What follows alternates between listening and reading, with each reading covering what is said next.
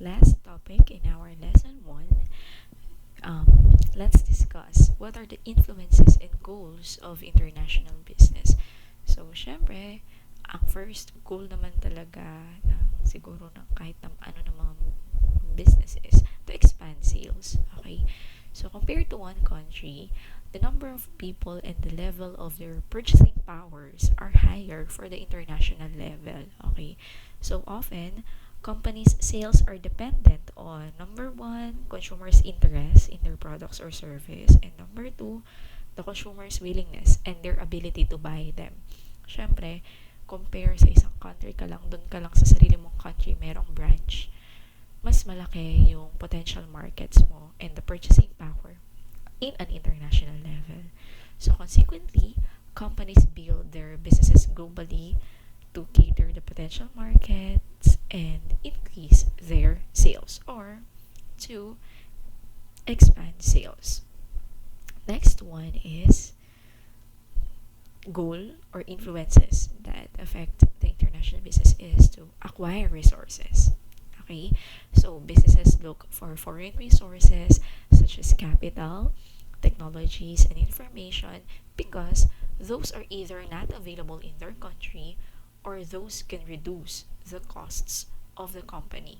Okay, so there are some companies na nag-engage sa international business kasi, for example, yung mga BPO companies natin, okay, they are they are engaging or they are putting up their company here kasi sabi nila mas mababa yung pasahod compare sa ibang bansa or sa company mismo nila.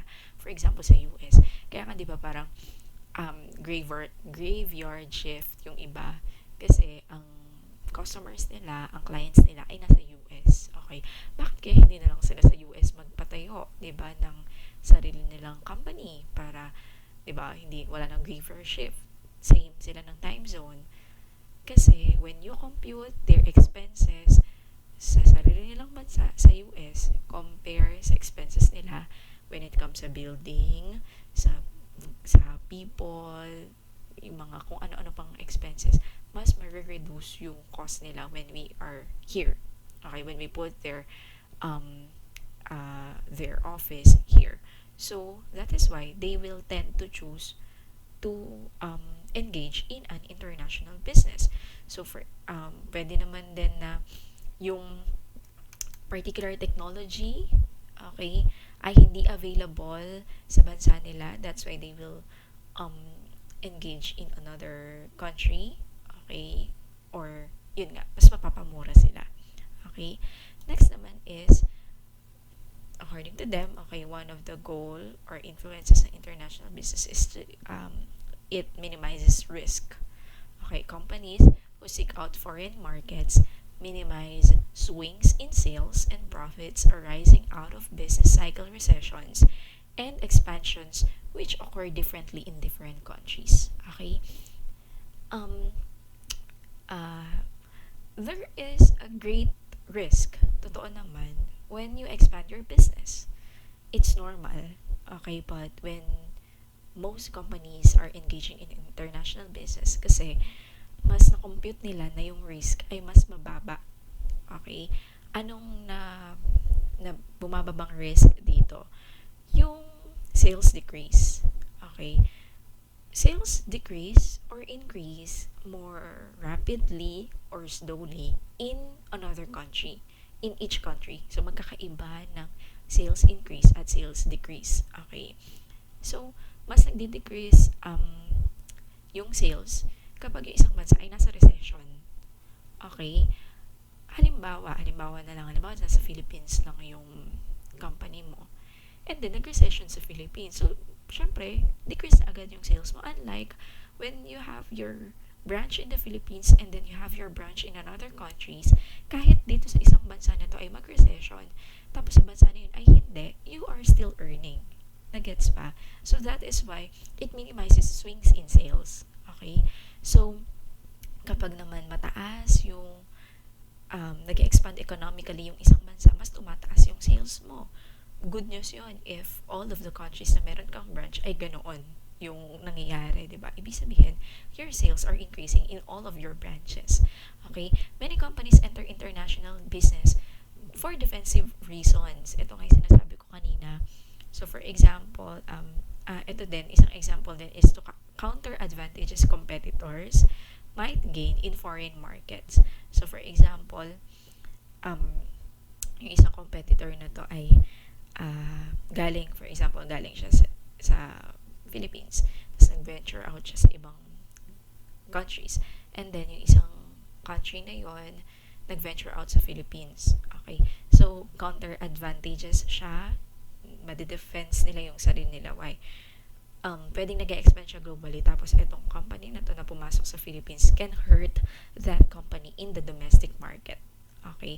So, gano'n siya. May iba't ibang strategies and means to implement those counter advantages or defensive strategies.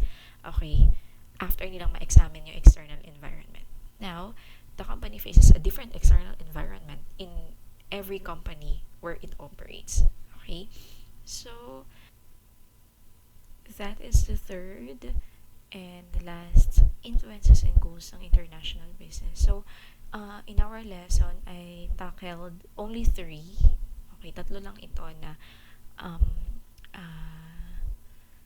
influences and goals. But you can search online. Marami pang influences and goals ng international business. So, these are just the major 3. Okay, so now, last one is, what are the problems? Okay, ano yung mga problems and restrictions na kinakaharap ng international business? So, we will also learn about this in another lesson. I think lesson 3 ito, but I will just give you a overview, okay, ng mga struggles na kinakaharap when companies engage in an international business. Number 1 is political and legal differences. So, nasabi ko na rin ito kanina sa mga naunang videos. Okay? The complexity generally increases as the number of countries in which a company does business increases. Okay? Again, yung political and legal environment ng countries ay iba-iba. Okay? Meron ding iba-ibang political and legal rules, may regulations sa domestic market lang, okay, compare sa international markets. Okay, so magkakaiba pa yan. So, kailangan talaga ng research, matinding research talaga yung kailangan para mapag-aralan if engaging in this particular country is really worth it, okay, or kumbaga parang malulugi lang yung company na yon. So, yun. So, it should also be noted that yung political and legal environment din, di ba? Magkaiba na nga sa domestic, magkaiba pa sa international level, magkakaiba pa yan in each provinces. Lalo na sa Philippines, di ba? Magkakaiba, may mga iba-ibang rules pa din in a particular province, in a particular city. Okay, so kung ikaw magtatayo ka sa Manila, tapos nagtayo ka sa ibang province, then meron pa yung differences then in political and legal aspect. So you really have to the international business really sometimes struggle about it, okay, in the political and legal differences. Next naman is the economic differences. Syempre, magkakaiba ang economic environment from country to country. Again, sabi ko nga kanina, magkakaiba ng inflation rate, magkakaiba ng forex, foreign exchange, trade barriers. So, yun. So, magkakaiba ng setting yan sa economy. Okay? So, you have to know. Okay? You have to study about it. And sometimes, international business are really struggling about it, or isa sa problema na kinakaharap ng international business. Next naman is differences in the currency unit. Okay, this may sometimes cause problems of currency convertibility besides the problem of exchange rate fluctuations. Again, iba-iba ng currency, iba-iba ng pera, iba-iba ng convertibility, iba-iba ng exchange rate fluctuations. Minsan bababa yung dollars, minsan tataas, yung peso, ganun din. So, iba-iba siya. This can cause problems problems sa convertibility. Now, yung monetary system and regulations may also vary, okay, in each country. Next naman is differences in the language. Okay, even when the same language is used in different countries, the same words of or terms, this is or, okay, may have different meanings. Okay, ano yun? Madalas na uh, nagiging barrier yung language. Okay, una, halimbawa, kung hindi talaga English yung second or first language in that particular country. So, yun pa lang. Medyo malaki na yung problem. Okay? Um, uh, kung English naman, there are some terms, okay, na may ibang meaning um, to other countries. So, I experienced because I am teaching Chinese. And then, one difference pala is, di ba, when we have our Valentine's Day, kanyan, we date. Tama ba? We date people. But in the setting of your country, when you say date, mayroong sexual involvement. Okay, so, yun lang, di ba? So, there's a huge difference in the language. What if you use this word, kahit na alam niyo yung English na to, pero iba pala yung interpretation nila. Okay, so that's one of the problem na na-encounter ng international business. Isa pa din is the multiplicity of dialects. Diba? Sa China, merong Mandarin, merong Cantonese. So, iba-iba pa din sila ng dialect. It's the same in the Philippines. May Tagalog, tapos may Cebuano, may ganyan. So, iba-iba pa rin siya. So, there is really, that is really one of the struggles that international business are facing. The differences in the language and in the dialects. Next one is the differences in the marketing infrastructure. Okay, the availability and nature of the marketing facilities available in different countries may vary widely. So, iba-iba yan. For example, yung advertising medium sa isang market can be effective, pero hindi effective sa underdeveloped market. For example, ngayon, marami na ang nag-i-invest sa marketing in posting ads sa YouTube. Tama ba? But there are some countries, lalo na yung mga underdeveloped, na wala silang YouTube. Sa China, wala silang YouTube. So, di ba, parang iba-iba yung availability and nature ng marketing facilities. Meron naman na parehas. So, okay lang yun, makakatipid ka sa marketing. I remember, there are some commercials sa TV natin na English and alam mo na foreigner yung artist sa commercial na yon. Tapos, dinadub lang ng Tagalog. So, yun. So, okay lang yun. Nakatipid sila doon kasi dinub na lang nila, hindi na sila nagbagong marketing. But, again, sometimes, most of the time, it varies. Next one is the trade restrictions. Okay? Particularly import controls.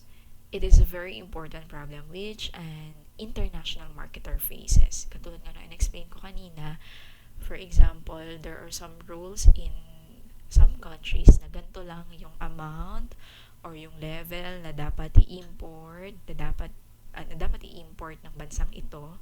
So, yun, para maprotektahan yung kanilang local businesses. So, yun. So, again, that's one of the problems that an international business faces. And hindi natin maiwasan yun kasi, syempre, as government sa isang particular country, you have to protect your local businesses. Next naman is high cost of distance. So, when the markets are far removed by distance, the transport cost becomes high and the time required for effecting the delivery tends to become longer. So, mas malayo ka, okay, mas matagal yung, for example, yung delivery, syempre affected yun, and mas mahal. Okay, so for example, ngayon, when you order in Lazada, tas galing pa siya sa China, di ba, mas matagal yung shipping niya, mas mahal ang shipping fee. So, yun, so, that is the same with the problems that an international business is facing. Okay, and last one is differences in trade practices. So, ganun din sa trade restrictions yan. Trade practices and customs may differ between two countries. So, maraming trade practices na magkakaiba so in each countries, and I believe we will tackle it in the next lessons that we have in international business and trade. So yun, so but right now I just want you to search on your own, ayun, what are the differences in trade practices. That will be our lesson for the next for the lesson 2. What are the differences in the culture, ganyan, na that can affect the trade practices na makaka-affect sa international business. That's all for our lesson 1 in international business and trade.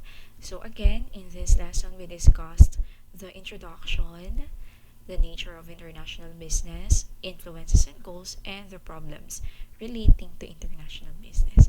So, in the description of this video, I will send the link.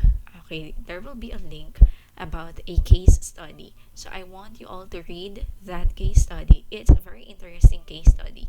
So it's when the Google company, venture out in China, and how they struggled, how this international business struggled, really struggled in their venturing out. So yun, and then there are some few questions after the case, okay, that we will be tackling when we have our online class.